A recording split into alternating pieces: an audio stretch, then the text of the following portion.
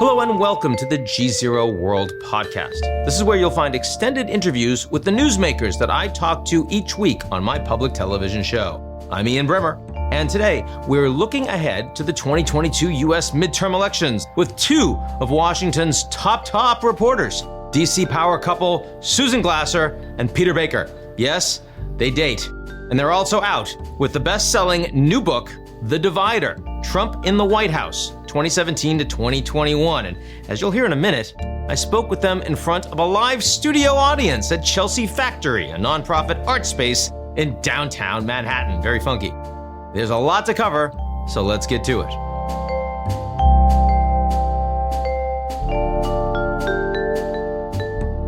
The GZERO World podcast is brought to you by our founding sponsor, First Republic. First Republic, a private bank and wealth management company, places clients' needs first by providing responsive, relevant, and customized solutions. Visit firstrepublic.com to learn more. In a world upended by disruptive international events, how can we rebuild?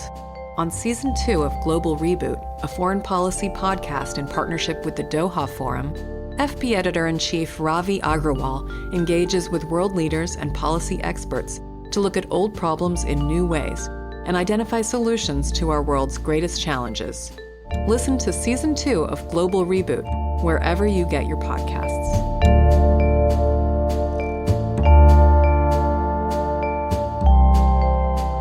Friends, Romans, divided countrymen, please help me in welcoming Susan Glasser and Peter Baker.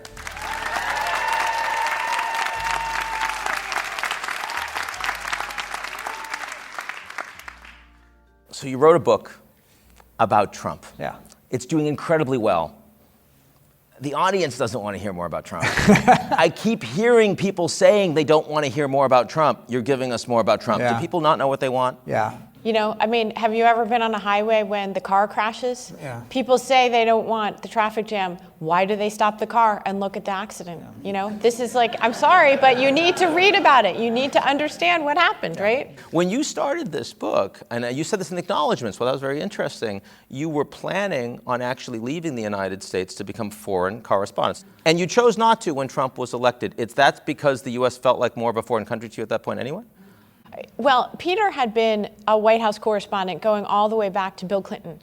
And I think the concept was that if somebody's going to be blowing up the White House, you probably want to have, if you're the New York Times, the person there who understands what's like normal crazy and what's crazy in the White House. So yeah, we moved back to Washington a few months after Peter and our son moved away from Washington.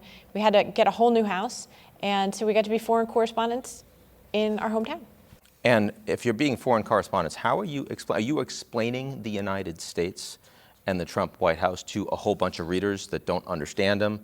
No, it's not that they don't like him but they don't relate to him. They literally think he's from another planet. Is that what you're basically saying? Well, I mean, he is from another planet in terms of Washington, right? He was like no other president we've ever had. And so that was the job. The job was to try to understand how different this White House was, as Susan says, not just the normal, Republican, Democrat, but, normal president versus not normal president. And he fits in the not normal president category. And so it was important to find out what is going on there as best we can. Now, you say it's like a car crash, but I mean, to be fair, if you told me the car crash that I'm about to see is literally the same as the car crash I just saw a mile ago, I might speed up a little bit.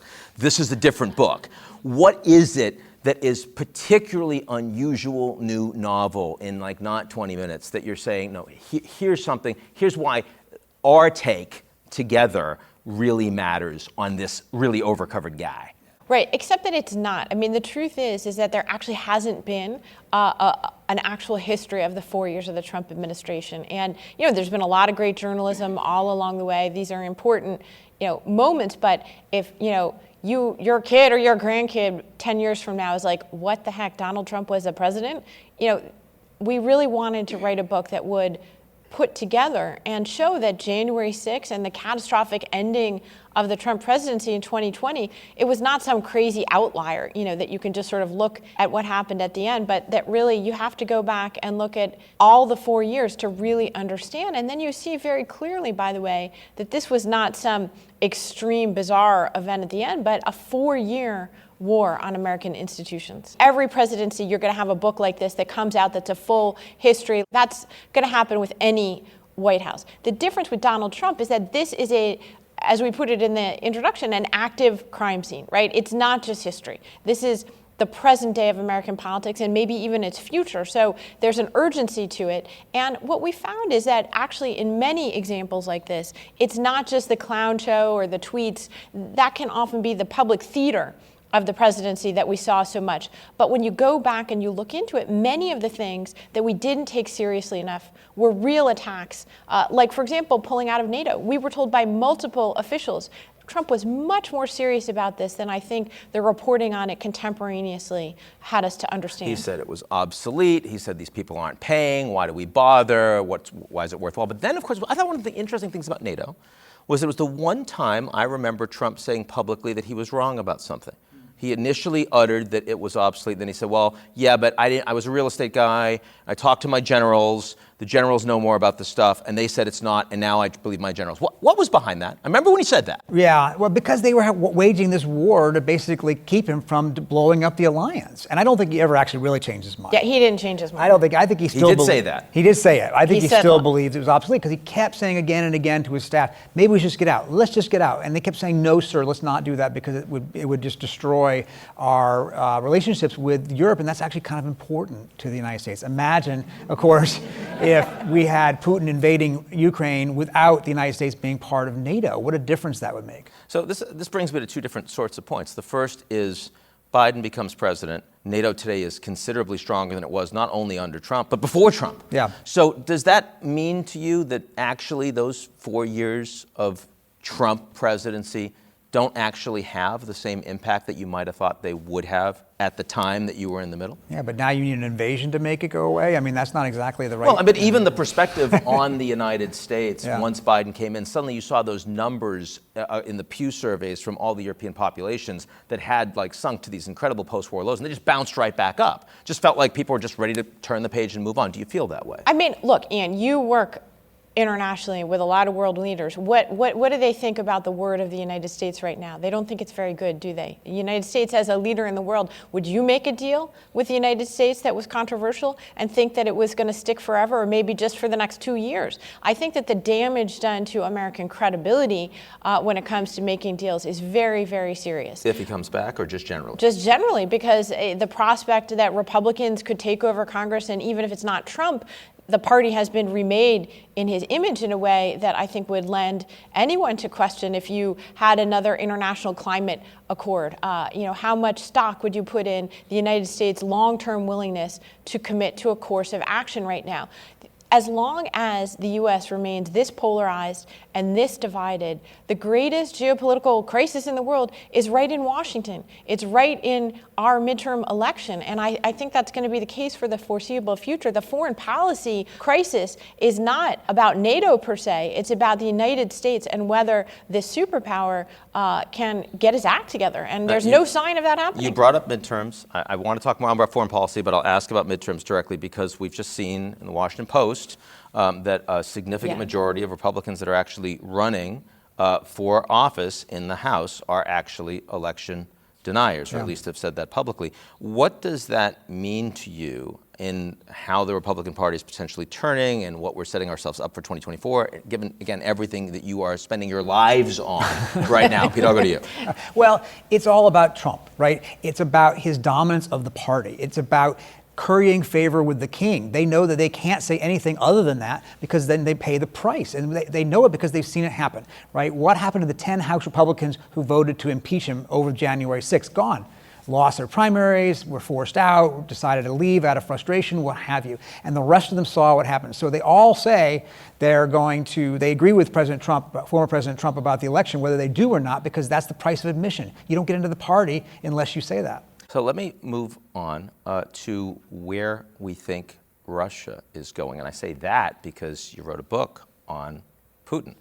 And, we write all the fun characters. You do. And I wonder at the time that you were writing that, because clearly, your view of Trump has been fairly consistent over the course of the last 4 years. I'm wondering if your view of Putin has been very different over the course of the past, say, 15. I think it's been very consistent. If you go back, we were there for Putin's first term, first 4 years in office. Yeah. And I think if you look back, you see the through lines from when he was starting to today. Now, I don't think we would have necessarily said then he would invade other countries per se, but we knew that he was not some modernizer, not some westernizer, the way a lot of people in Washington thought or hoped he was. That he was, in fact, a KGB guy who wanted to restore central power at the very least, if not the old borders of the Soviet Union. And I think what you see today is very much the logical outcome of what we saw in those 4 years. Yeah, that's right. I mean, look, I think with both Putin and Trump, they're very different characters, but, a similar rule applies, which is when somebody tells you who they are, you should listen. And, when we were in Russia, preparing to come back to the United States, and this was early in Putin's tenure, what did he say? He said the breakup of the Soviet Union is the greatest geopolitical catastrophe of the 20th century, yeah, a century filled with more than its share of catastrophes. And this was an incredibly revealing moment. It suggested that he was unsatisfied with the post-Cold War peace, that he would do whatever he could, given his capacities at the time, to revise that, what he saw as defeat for Russia and the Soviet Union. And he's basically, that's what he's done. Now, right now, we are in an environment where people are getting increasingly concerned about where this is all heading. People ask me, what's the off-ramp? Can you even talk about an off-ramp until you can talk about trying to stabilize the situation? We're not even at that point yet. Honestly, I find this off-ramp phrasing to be completely triggering of me. I didn't mean to do No, but it's not you. It's not you. But I did, How many apparently. times, Ian, how many times have you had U.S. government officials in the last 15 years talk to you with very, great seriousness about, the various off-ramp proposals that they were going to offer to Vladimir Putin to get him to stop invading Georgia, to get him to stop annexing Crimea, to get him to stop intervening in Syria? Have you ever known Vladimir Putin to be a big fan of American-created off-ramps? No, not particularly. No. And a lot of people were focused on when Joe Biden said, Armageddon. The thing that really worried me about Joe Biden's comments were that he used this phrase off-ramp, because that suggests to me that he's thinking about proposing something to Vladimir Putin that it's hard to imagine Vladimir Putin accepting. Biden saying that this is the most dangerous time, this is the closest we are to nuclear war. Nuclear war. Yeah. I mean, something that really scared us when we were young. Yeah. And we all remember the day after. Right. I had nightmares for months after that, since 1962. Yeah. I don't think most Americans, I think one of the reasons that Armageddon is a big deal is because most Americans were not ready to be propelled back into that reality. Do you think that's where we are right now? Well, I think you have to take it seriously, right? In other words, there's a lot of reason to believe that Putin is just blustering. He tends to talk about nuclear weapons at times when he is weak, when he has had a setback of some sort. So it's his way of reestablishing dominance in a sort of Trumpian way in the international stage. Pay attention to me, I'm strong, don't think I'm weak. It doesn't mean he's necessarily preparing to do it. Intelligence people would tell you they haven't seen any signs of moving of assets or resources that would indicate that. But having said that, you can't assume that. What if you're wrong? What if that assumption is wrong? When somebody tells you, as Susan says, that they're thinking about using nuclear weapons, you ought to take that seriously. So that's when you hear a president say Armageddon. Yeah, it's alarmist language, but if you're not taking it seriously, then we're not doing it right. So if I want to take the two halves of this conversation and put them together, you were just talking about how former President Trump wanted to leave NATO. And he probably won't have the same guardrails on him in terms of the kind of cabinet if he wins a second time around. If you're right, and Trump is going to run and gets the nomination and is back on Twitter and back on Facebook, and that is the policy that he is driving, what happens? Well, I think you're right to suggest that the fraying of this very bipartisan consensus in Washington around support for Ukraine is likely to occur. Donald Trump has been pretty vocal, considering actually how disastrous it's been for Russia. Donald Trump has been a pretty vocal pro-Putin, pro-Russia voice throughout the conflict. He has opposed the major aid packages. Briefly, not at the beginning. You said, I don't know who this guy is. Yeah, but then he said it was a strategic genius. Yeah, it's very hard to walk back strategic genius on the eve of Putin invading Ukraine, not a move of strategic genius. So it's pretty hard to walk that back. He's also been publicly on the record as opposing the major aid packages that Congress has passed for Ukraine. And in fact, he and Tucker Carlson are leading something really without much precedent in American politics, which is a pro-Putin wing of the Republican Party.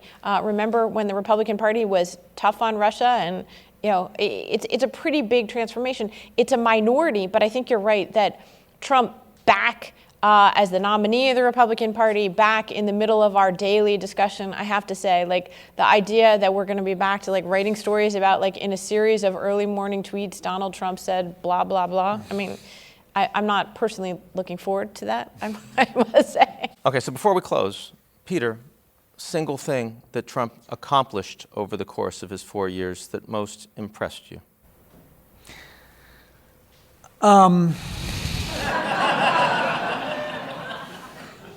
I will say this for him. He is the most transparent president we've had in modern times, which is to say that when he has motivations to do things that other presidents would never admit, he tends to admit it out loud. When he says he doesn't want a cruise boat with COVID patients to come to our shores because he doesn't want his numbers to go up, he is telling us what his real motivations is. When he tells us that he wants the Justice Department to prosecute his opponents and spare his friends, he's not pretending it's for any altruistic reason other than he just wants his friends to be spared and his opponents to be prosecuted. He, through 4 years, through Twitter and his statements and conversations with the press, was as open about his motivations and that we've ever seen. And it's remarkable because he told us all the ways he was trying to manipulate and intimidate and bend the institutions of American government to his political will, to make them his instruments of political power, whether it be the military, the Justice Department, the intelligence agencies. So we didn't have to guess. We didn't have to sit there and say, well, he says he wants to do it for this reason, but he really wants to do it for that reason, because he always said he wanted to do it for that reason. So that's something that impressed him. That wasn't something he necessarily did that was impressive. There were certainly accomplishments over the course of he launched an insurrection at the United States Capitol. That was unprecedented in American history, Ian. Yes, that was something that never happened before. Not one that you thought was a good thing. It was impressive. Yes. It was impressive. It had made an impression He upon showed you. the Yes. incredible weakness of our institutions. He showed that people were willing to go where no one thought they would follow a leader, past the bounds of law and the Constitution. And one of the things he showed, I think, is that, not just the sort of foreign policy world, but the policy world writ large, we tend to overstate the role of policy debates in our politics. We tend to overstate the role of ideology in our politics. And, the really interesting thing about a challenge coming from the President of the United States to principles of democracy is that it shows that, these policy fights don't mean as much as we tend to think that they mean, because we care about them. Susan Glasser, Peter Baker, thank you all so much. Thank you very much. Many thanks to New York's Chelsea Factory for hosting us in this wonderful space. That's it for today's edition of the GZERO World podcast. Like what you've heard? Come check us out at gzeromedia.com and sign up for our newsletter, Signal.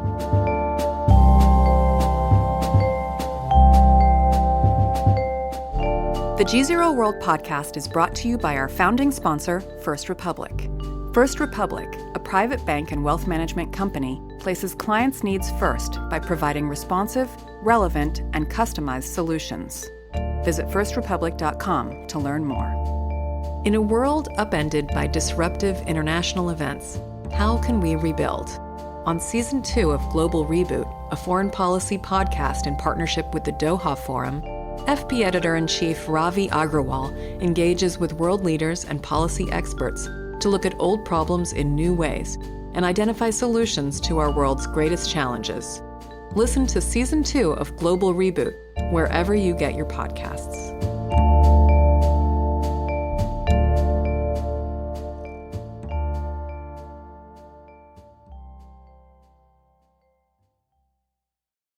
You're listening to the GZERO World with Ian Bremmer podcast, your weekly geopolitical deep dive into the world's biggest news stories, featuring in-depth conversations with global leaders and newsmakers. To get more of GZERO's insights on global politics every morning, sign up for our free newsletter, GZERO Daily, at gzeromedia.com.